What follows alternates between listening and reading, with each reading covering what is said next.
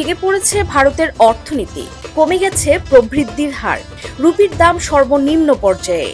অর্থনীতিবিদরা বলছেন, এই অবস্থা চলতে থাকলে কমবে বিনিয়োগ, বাড়বে জিনিসপত্রের দাম। অস্থিতিশীলতায় পরিস্থিতি হতে পারে শ্রীলঙ্কার মতো। হয়তো সরে যেতে হবে মোদিকেও, শ্রীলঙ্কার রাজাপাকসে বা বাংলাদেশের হাসিনার মতো। 2020 সালে কোভিডের ধাক্কার পর ভারতের জিডিপি প্রবৃদ্ধির হার এখন সর্বনিম্ন। মোদি সরকার ঘোষণা করেছিল প্রবৃদ্ধি হবে 6.5%-এরও বেশি, কিন্তু সরকারি হিসেবে জুলাই সেপ্টেম্বরে প্রবৃদ্ধি হয়েছে 5.4%। আর প্রবৃদ্ধির হারকে পাল্লা দিয়ে কমছে রুপির দাম। সর্বকালের সর্বনিম্ন দরের নতুন নতুন রেকর্ড করে চলছে রুপি। নেসলের মতো কোম্পানির আয় কমেছে 28%।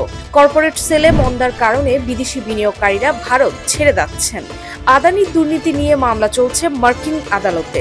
কর্পোরেট সেক্টরের দুর্নীতি দেশের অর্থব্যবস্থা ভেঙে দিচ্ছে। এদিকে বৈদেশিক ঋণ পরিশোধে তৈরি হয়েছে অতিরিক্ত চাপ। শুধু আদানি গ্রুপেরই বিদেশি ঋণ $35 বিলিয়ন বেশি। বিদেশি ঋণ পরিশোধে অতিরিক্ত রুপি খরচ হওয়ায় বাজারে চাপ বাড়ছে। বিনিয়োগকারীরা আস্থার সংকটে ভুগছেন। কর্পোরেট আয় কমাতে ভালো খবর নেই ভারতের শেয়ার বাজারেও। বিদেশি বিনিয়োগকারীরা চলতি বছরের শুরুতেই $7 বিলিয়ন ভারতীয় শেয়ার বিক্রি করে দিয়েছেন। গত 4 মাসে শেয়ারের সূচক কমেছে 10,000 পয়েন্ট।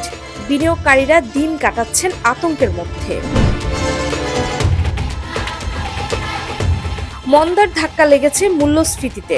অক্টোবরে মূল্যস্ফীতির হার ছিল 6.2%, যা 1 বছরের মধ্যে সর্বোচ্চ। আর খাদ্য মূল্যস্ফীতি ছিল 10.87%, যা আরেকটি রেকর্ড। অর্থনীতিবিদরা বলছেন, রুপির দাম কমে যাওয়ায় আমদানি খরচ বাড়ছে, আর মূল্যস্ফীতি বাড়ায় মানুষের ক্রয় ক্ষমতা কমছে। সবচেয়ে বেশি বিপদে পড়েছে নিম্ন ও মধ্য আয়ের মানুষ। খাদ্যমূল্য বৃদ্ধির কারণে মধ্যবিত্ত পরিবারের ক্রয় ক্ষমতা কমে গেছে। জরুরি প্রয়োজন ছাড়া ভোগ্যপণ্য কিনতে পারছে না তারা। সিটি ব্যাংকের সর্বশেষ রিপোর্ট অনুসারে শহর এলাকায় ভোগ্যপণ্যের পেছনে মানুষের ব্যয় 2 বছরের মধ্যে সর্বনিম্ন পর্যায়ে পৌঁছেছে।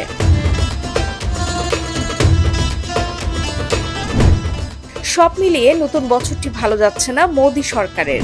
বছরের শুরুতেই জিডিপির ধাক্কা। এদিকে মার্কিন প্রেসিডেন্ট ট্রাম্পের শপথ অনুষ্ঠানে দাওয়াত না পাওয়ায় বিজেপির ভেতরেই মোদি সরকারের সমালোচনা।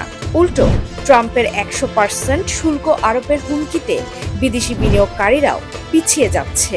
রুপির দাম কমা আর জিনিসপত্রের দাম বাড়ায় নাভিশ্বাস ভারতীয়দের। যে কোনো দিন শ্রীলঙ্কার মতো কিছু একটা হয়ে যাওয়ার আশঙ্কা করছেন বিশ্লেষকরা।